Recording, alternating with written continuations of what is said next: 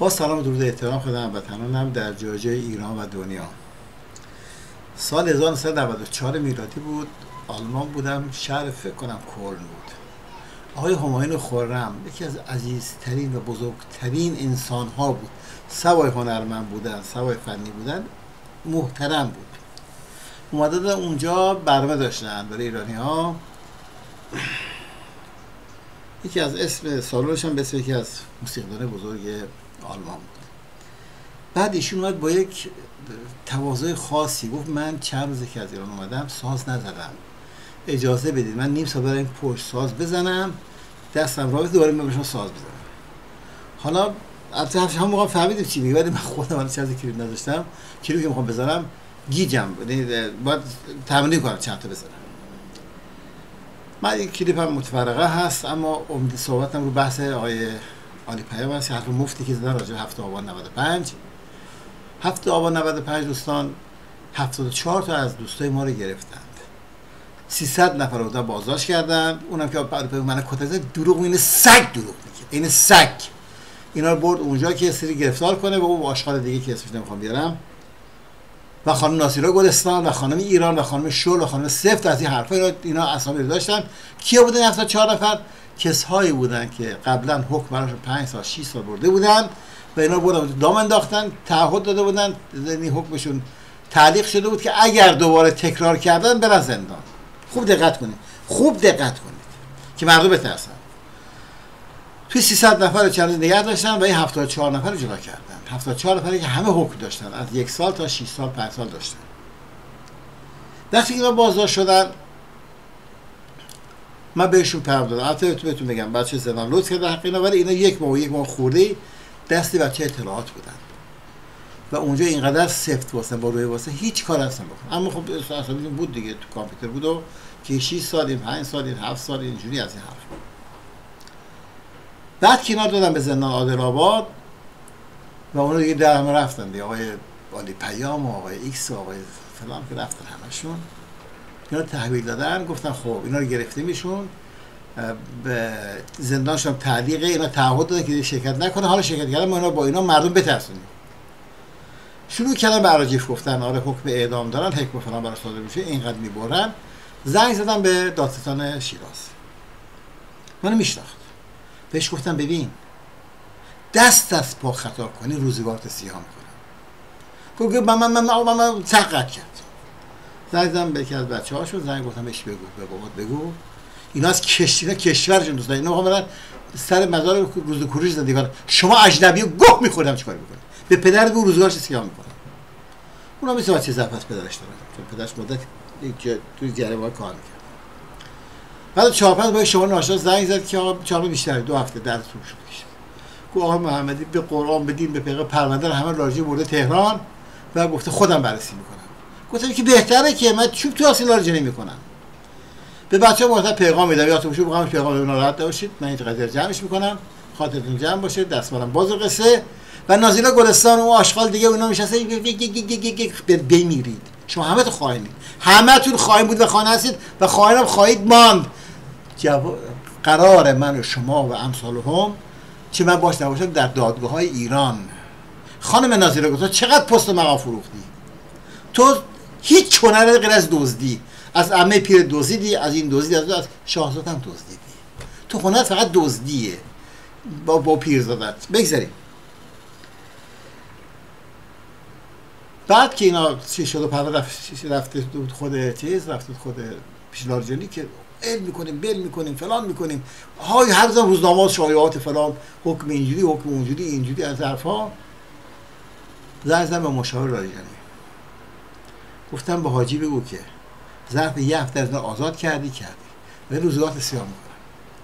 بعد گفتم بهش گفتم محمد هیچ قدرتون رو گفتم نمیتونه بگم باشه چشم. فردا صبح یک کلیپ گذاشتم در موردش، در مورد یک کاری جدید کرده بود در مورد حجامت و قفور اینها. بعد زم گفت بده من پخش کنم. گفتم باشه، دادم زم پخش کرد. ساعت 10-10:30 خبر بهش رسید و کلیپو دیده بود. در جا رو ما افتاده بود. آقا ورش دارن، آقا فلان کنن. زنگ دادم گفت آقا تو خدا من ورد هر کاری میکنی. گفتم من پخش نکردم، زم پخش کردم. پسر کروبی، پسر منتظری، عالم و آدم به هم ریختن که زن برداره و زن هم اون از اون جایی که گفت برداره باید توی اون برترینا گذاشت بمونه. به گوه خوردن افتاد. گفتم این اولیشه، ها دومیش منتظر باش. دیگه نکرد. گفت فرصت بدین فلان کنین بیسار کنین. خلاص اول اومدن گفتن آره اینا همه یک سال وثیقه بدن. گفتم هیچ چی نمیدن. یه تواد یه خدیه بهتون نخواهند داد. آزاد شون اینا رو. اینا وطن پرستن. شما بیگانه پرستن. شما اجنبی هستید. و 74 نفرشون به منها یک نفرشون همه آزاد شدن بدون هیچ چیزی. اول وکیل و فلان گفتم آقا هیچ چی دارم بهتون میگم. هیچ چی. و همینجوری شد و همه آزاد شدن. غیر از یک نفر خودش من نمیخوام اونجا برم که بعد از زندان اونم بیرونش کردن. آقای بله پیام دروغ میگی لااقل فکر کنی نفرم هست دروغات رو کنه. کثافت. واقعا کثافتی. کثافت به معنای واقعی کلمه. بعد دوستی که از لطفی خود در حقم کرد آزاد کردن بچه‌ها بود 74 نفرشون. بعد دو دادستان زنگ زد به من که آقا من ولی ما هم رو شما اطاعت کردیم فلان کردیم. گفتم کار زیاد نکن من سر من نذار. گفتم طوری که من میشناسمت. کلا گذشته آزاد شده. گفتم آزاد شدم. بله آزاد شدم. و تمام شد و اون قضیه حتی از این کارا زیاد کردم بعد از فرصت بهتون خواهم گفت. آره. خب خدمت شما هستم که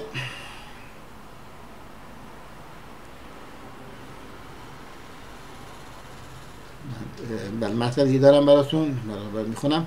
خب من خدمت شما هستم که برای اقتصاد و الان در کجا اگر خواستید البته توصیه من است شما 2-3 ماه آخر هیچ کار نکنید ولی بعضی دوست دارن کار کنن برن بیان.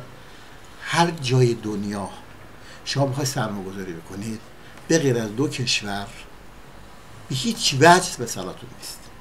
البته یک کشور قبول نمی‌کنه تحت هیچ شرایطی شاید مثلا چجوری بشه و سرمایه‌تون بالا باشه حرفا. تایوان هست. تایوان تا 10 سال آینده محصولات فروخته. چیپ برای همین حال به الان افتاده. اما هند دوستان یک دنیای عجیب غریبی است. اون که رفته میدونم چی میگم. شما در هند به شرطی که حواستون جمع باشه این موقع شاگردی کنید اونجا این زبان رو یاد بگیرید.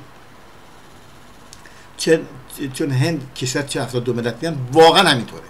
شما که از بهترین کاری تو هند میتونید بکنید که ایرانی بیشتر اونجا کار کردن اجاره کردن باغ‌های میوه است. اونجا میوه هست که 12 ماه سال میوه میده. میوه خود محلیشون هست ولی خود هندیا عرضه مدیریت ندارن و نمی کنند هم راه بهتون بگم. ولی کار کردن با هندیا انسان فیلسوف میکنه چون اونها هر کاری میخوان بکنن کار خودشون اصلا گوش نمیکنن اصلا نمیشنوند. همون چیزی که اول بهشون گفتم و شما گفتی همون با اجرا میکنن. بکشید بالا برید پایین برید یک کلمه تو مغزتون فرو نمیشه. ولی خب درآمد خوب براتون داره. به خصوص کار باغ میوه، به خصوص کشت کار در اونجا، به خصوص صادرات از اونجا به ایران. محصولات تو ایران نیست. روغن نارگیل چیزی نارگیل اصلی که به چی میگن بهداشتی و اینا هست. روغن چیه شاهکار اونجا. اول برید 2-3 ماه هزینه اونجا کم هست 2 سال بررسی بکنید با کسی که اهل فن هستن کار بکنید. تحت هیچ شرایطی وارد بازار الماسش نشید چون الماس بازار نداره خریدار نداره. شما بدهکار میکنید گرفتارتون میکنن یک بار کافی بارتون بگیرن. خیلی اونجا پیشنهاد میدن یا الماس ما بهتون پول نمیدیم میخوام ببر ایران بفروش. نکنید کار بیچ وارد بازار قضیه نشید. وارد بازار طلا بیش نشید چون اونها خلاصه یک بار نه 2 بار یک بار گیر بیافتید بس ایجاد بود. اما برای پارچه به خصوص پارچه‌های نخی این چی میگن که دورشون میپیچن ساری و از ایران جنسای بردن مثل فرش ماشینی اونجا رو چشاشون میذارن تابلو فرش ماشینی رو چشاشون میذارن. یعنی چیزی است که شما هر دفعه که برید بیاید هزینه‌ها دمیش خوبه براتون میمونه. به شرطی راه رو یاد بگیرید به شرطی کسی نخواد دور بزنید. بعد به اونا قبلا با مشاهد صحبت بکن. اونجا مغازه زیادی هستن خیلی تو منطقه تو بمبئی تو منطقه خدمت شما هستم که منطقه لوکسش بگم اونجا که هتل چیز هست هتل یادم منطقه خیلی لوکسی اونجا فروشگاه اینجا زیاد هست. یا آقا بهروز اونجا داریم که نابغه است تو این کارها و درسته خیلی بخشنده است و خیلی هم کمک میکنه به ایرانی‌ها در حد تماشی کار میکنه. بیشتر خلبانه ما که میرن هند میان بمبئی به خصوص میان اینها جنس میبرن جنس میارن درآمد خیلی زیادی توی این قضیه دارن. وقتی میرن 3 روز میمونن. اینه که شما برای هند حتما اگه خواستین کاری انجام بدید ولی خواهشاً با توجه به هزینه پایین دو ماه برید اونجا بمونید، بپرسید، هول نکنید، جنس ارزونه هول نکنید. ولی جنسایی که دارن قیمت مناسبه، شما وقتی ایران آوردید یا از ایران صادر کردید، در قبالش ببینید کمیت رو در نظر بگیرید، سود بالا، سود کم که بتونید کار انجام بدید. کمتر کسی میتونه تو هند ضرر کردن، محاله. اونجا هزینه خونه توی خارج از اجاره خونه توی خارج از شهرها، اطراف شهر خیلی پایینه، کارگر خیلی ارزونه و مواد غذایی خیلی خوبه اونجا برای شما. تو شهرها فوق العاده گرون است که دیگه همه میدونن. بعدا اگر خاصی سرمایه‌گذاری بکنید که همیشه پول تو زیر سرتون باشه، من به شما هند و به خصوص بمبئی توصیه می‌کنم. بمبئی و پونا رو. شهر پونا یه شهری است که دانشجویی و خدمتتون که دوربرش تمام با آقای عالی درجه و یه آقای دکتر ایرانی اونجا هست که ایرانی است، بچه یزد هست. ایشون حدود 35 سال اونجا یک باغ بزرگ داره، چند هکتاری داره و اونجا کارگراش کاری هندی کار میکنن. هر 12 ماه سال اینا میوه میفروشن اونجا، هر 12 ماه بارندگی هست، همه چی هست. خلاصه کشوری است که میتونید روش فعلا کارو دستگردی خوبه تا بعد سر فرصت. تایوان اگر قبول کرد شما رو به اونجا کار بکنید، تایوان هم کالاهاش تضمین شده است برای شما. این دو تا رو داشته باشید. بعد اگه سوالی بود در خدمت شما هستم.